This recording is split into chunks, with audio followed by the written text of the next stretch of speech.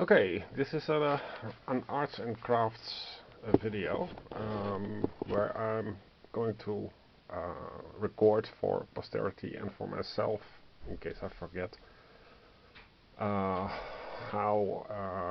to make an overlay of box. So for this, the first step is of course to ask people for leftover boxes, because boxes that are left over have they don't have problems with opening and closing. And then the next step is to design an overlay for this. I do this in 5 steps. Using the relative measurements, first of all, of course, to check if this fits on an A4 size paper, because this is your basis, and also the size of the side should fit inside of the A4. And once you have established this, this is your baseline. You take a surface or a canvas on in JPEG or PNG or whatever that is precisely A4. Okay. So this takes 5 steps, more or less, for printing. So you need an Epson, I think, for the best result. Because your first guess is, of course, not correct. So, for example, this was my first attempt, and you can see that the text would slide over, and this also a little bit too low. Then so you would need several things, and this was actually the first. It was not nearly large enough, as you can see. So you correct. This was the second step. You correct, but then you see some mistakes in the outlining, so you want to change that a little bit. Before you can make your first attempt, what I did was go to BGG. Where is it?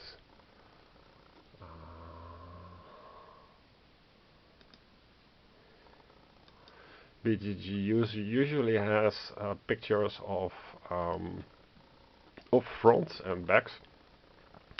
So this was one of the images which I downloaded. You can make it bigger, and here you can also already see what would be a nice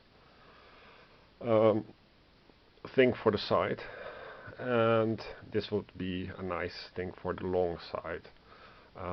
There are also different candidates to consider. So you have the normally stupid images or useless images. And I found a second one, which I'm going to use for the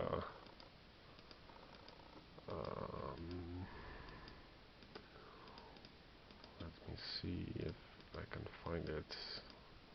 So it takes some time to go through it. So here you have, for example, another candidate.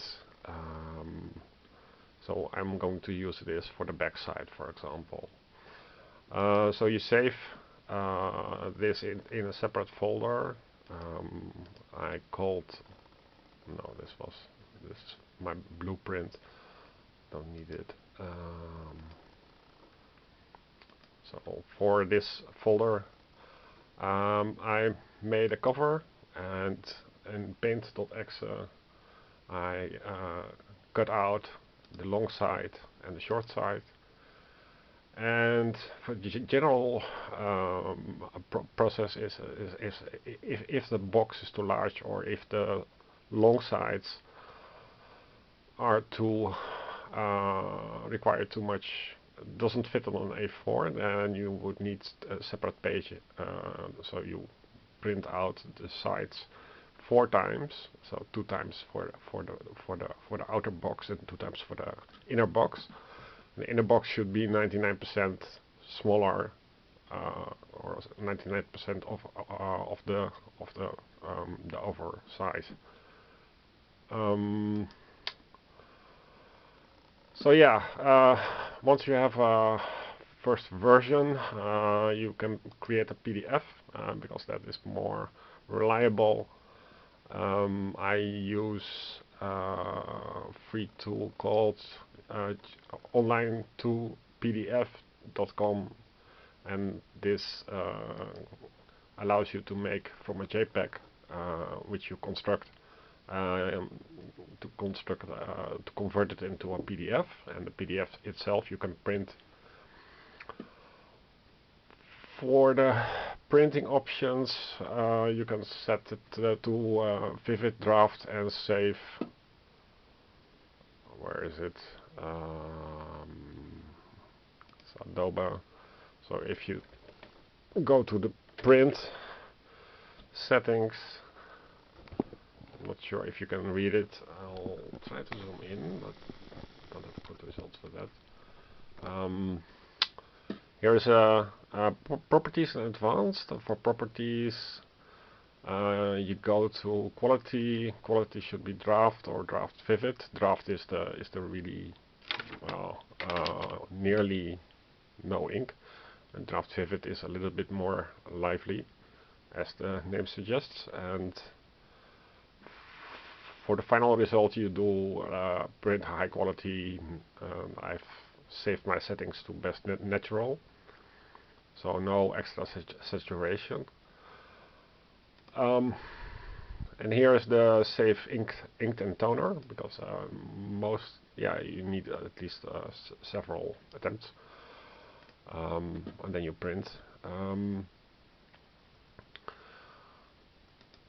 That is basically it. Now I'm going to make the inner box. So don't be shy and make a new version every time. So V1, V2, V3, V4, V5. V5 is copied now into the back V1. So I was busy with the back V1 now. And for the back of the box, you need the outer borders in upside down. Don't forget that,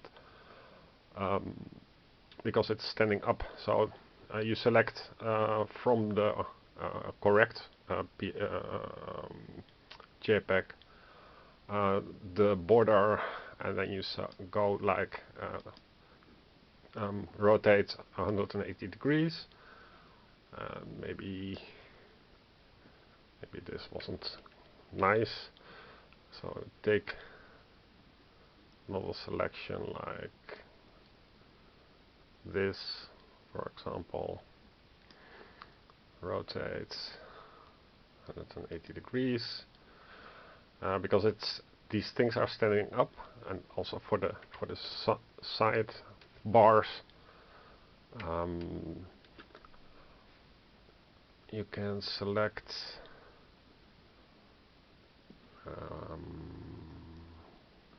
doesn't really matter much, as long as the outer parts are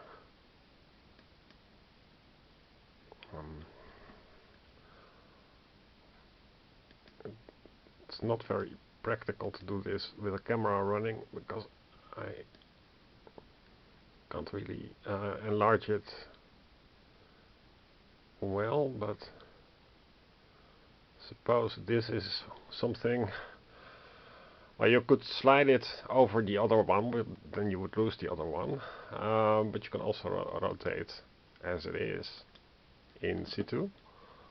And for the other thing as well.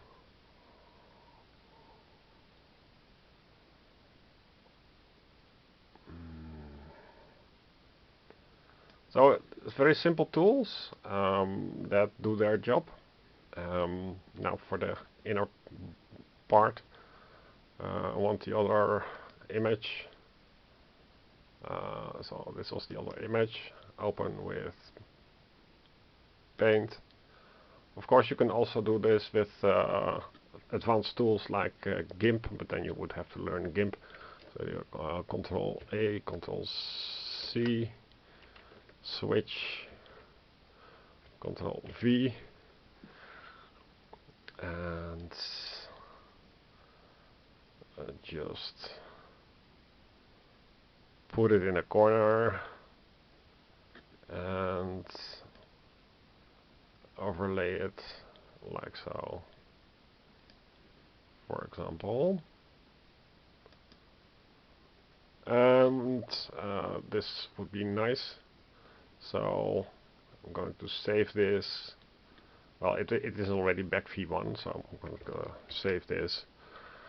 Then I go to the converter, where I find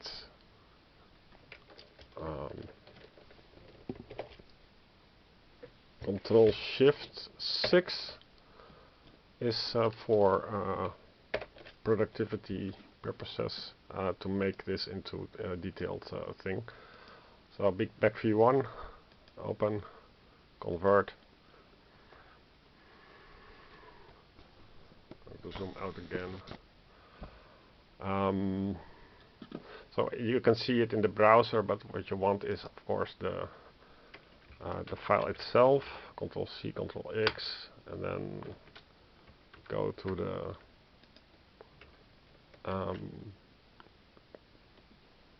the directory that has these things. Open with Adobe. Take a final look. It looks nice. I'm going to print this now in Vivid form, saving ink tone.